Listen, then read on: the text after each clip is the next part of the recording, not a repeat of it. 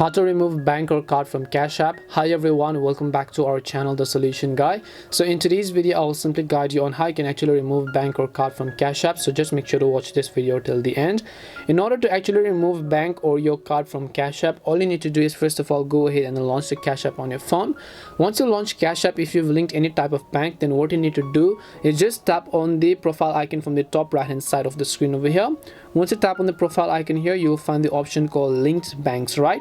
Just tap on linked banks. Now currently I have not added any type of bank or debit card. If you have added, then you'll find those, and when you tap on that specific card, you would find the option called remove or replace, and if you want to remove it, you just need to tap on the remove button. Now if you have not yet added, then you can just tap on the linked debit card option if you want to add your debit card, but to remove it, you'll simply find those cards on this specific page and you can remove them respectively.